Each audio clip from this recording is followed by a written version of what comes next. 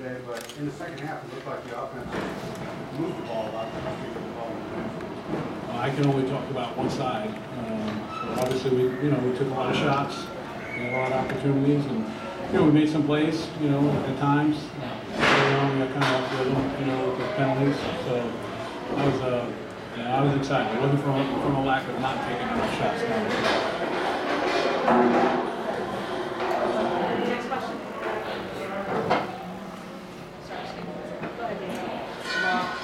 Just talk about Marcus coming back on the team, coaching, and just the kind of player he's been since his comeback, how much work he's had to do, if any, how he's progressed. He's definitely had to do a lot of work. When he got here, he obviously wasn't in football shape.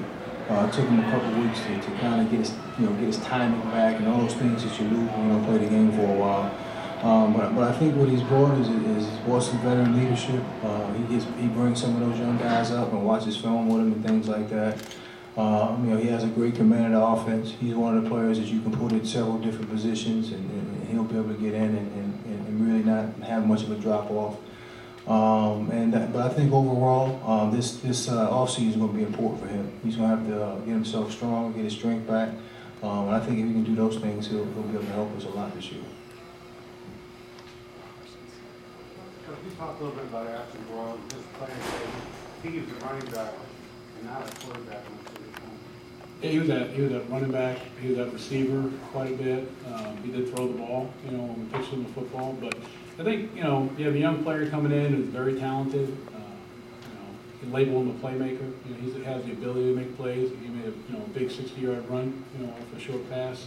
So, again, he's a kid. He's a special kid as far as the talent, and we just have to bring him along where he's able to, help us in whatever role it may be.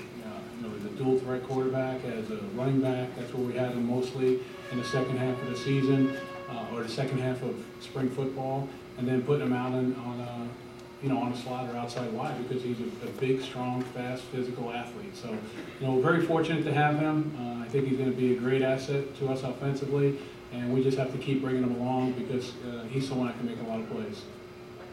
John, Jay had 2 big plays today, and Brandon obviously with the touchdown. Talk about what you saw with the defensive line and most of you guys today. Well, we knew that we had Jason and the other guys up there from a defensive standpoint that we thought that would be to our advantage. Okay, I mean we split the teams up, but I got the draw with the defensive line. I mean, let's be realistic, and we expect Bromley to do that. But I'll tell you what, the game was 9-0. I mean, it should have went 9-7. It should have scored. And I just think it was a situation where the kids had fun. I mean, we had 13 great practices. This was a day for them to have fun. I mean, and that's what they did. Questions? Can you expand on that a little bit, Doug and John? Maybe when you guys were breaking down the tape of this game. No, I think what we're laughing about is we had an opportunity to go in there and myself as the offensive play caller, and this is what's fun about it. I had a play in my mind and I was trumped by the head coach, and Yes, I did. he wanted to throw an interception, and I told him that's why when you're the head coach, sometimes you got to keep your mouth shut and let the play callers call the plays. I found that out today. Yeah. On the last interception. What was the play? To Syracuse. I had a play call in my mind, and then it came in and said the head coach wants to run this. So I said, okay, the head coach wants to run it. We'll go ahead and run it. I opted for the fake bubble pump, and we threw a pick. Now it was there though. It was there. What was the play you had in mind? I was just gonna run a naked to the back end of the end zone. They called a timeout early on. Had the formation set up. We had exactly what hash we wanted on, and Charlie's been throwing it well. And I thought Charlie did a nice job out there. Again, there was a lot of some type of duress, like Coach said, because of the line matchups. But at the end of the day, they got through twice. Once was costly, cost us 2. Tried to take a big shot coming out of the end zone, and we had quick whistles with the quarterbacks in the pocket, and they were live outside the pocket.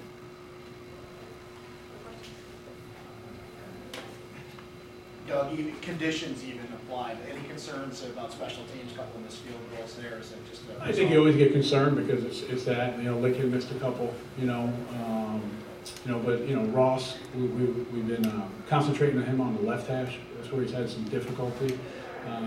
Coach Anselmo's done a good job. We've worked with him quite a bit, and just his place foot, making sure, a lot of times last year, left hash was difficult, he gets his the placement foot too close to the football. I think Ross has done a nice job of making sure that it's wider now, so those kicks are going to be easy for us. He feels more comfortable out there. And then just basically with the special teams, I think, it's very difficult what we try to accomplish today when you have two separate sidelines and and most of the coaches are coaching, and you don't have anyone just really assigned for the special teams thing. So basically with memorization from the players, and you're always looking for the players to do a better job of that, but they were concentrating on what we're probably doing on the field more than they were about the special teams. And our goal is to have, going in, after this preseason, to make sure that we do have six to eight core special team players for us, that are playing on most of our groups. And, I think any successful special teams outfit that you see, whether it be college or the NFL, they're going to have those 6 to 8 core players, that can really do it. You can change your game plan a little bit each week because that's all those players that concentrate on as a primary focus. Other questions? Coach, I realized that you were talking about giving an injury update at some point in the future, but it was hard not to notice that Justin Pugh wasn't out the other day. Can you tell us anything about him? Oh, we gave it out earlier. I talked about it the other day that we were going to give out, the players that were injured. So all those players are injured today, and then, obviously they have a rehabilitation program to go through, and then, when we get to the preseason, it's going to come out. But if we were playing today, none of the players would have been able to play. And if we're playing tomorrow, none of those players on that list would be able to play tomorrow. So, they still have some ways to go. Some of them are from the season, some of them happen during spring football. And then, we'll just work on rehabilitating them and go. And, at the end of the day, it's helped us with a lot of the young kids because, someone like Brandon Reddish has gotten about 490 to 500 reps. We did a very good job, during the course of spring football. Very fortunate. We switched things up quite a bit, practice schedule-wise, splitting the teams, getting a lot of reps with the young players. I think that's why, some of those young players have been in the mix as far as competing for jobs.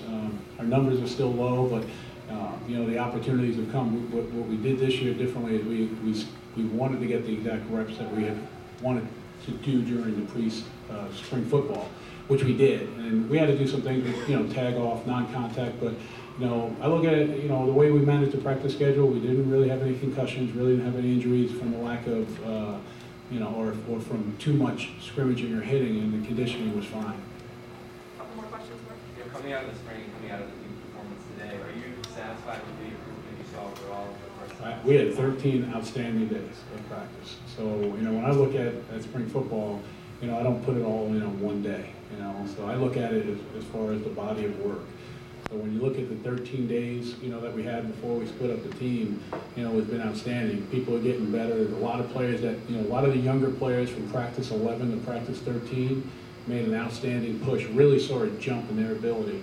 And, that's exciting. And just like I told the coaches, though, when we start off in this preseason, you never start where you left off. Hopefully we'll be accelerating that process with those younger players going and the upperclassmen keep coming on. And a good example of an upperclassman coming on was Jerome Smith. Jerome Smith's had as fine as a preseason of any running back, really, that we've had here for the spring.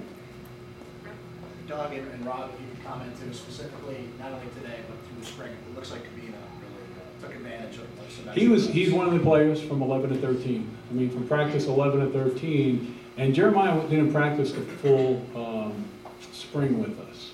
What we did is he had a class conflict, so obviously one of the days, right, Rob? One day. Yeah, actually 2 days. 2 days a week in our 4-day-a-week type practice, okay, or a 3-day-a-week type practice.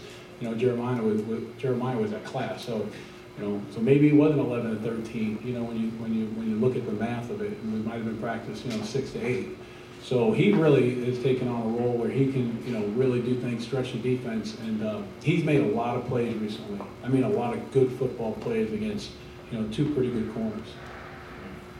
Well, I think in regards to Jeremiah's progression, I think when you look at him, I think really the maturity of him is really shown. He's starting to grow up a little bit. He's starting to believe in his techniques and all those things, and obviously he has great speed, so he's learning how to use that to his advantage. And I just look for him to continue to get better and better. Final question for the coaches? Anything else today? Thanks very much, coaches. Appreciate it.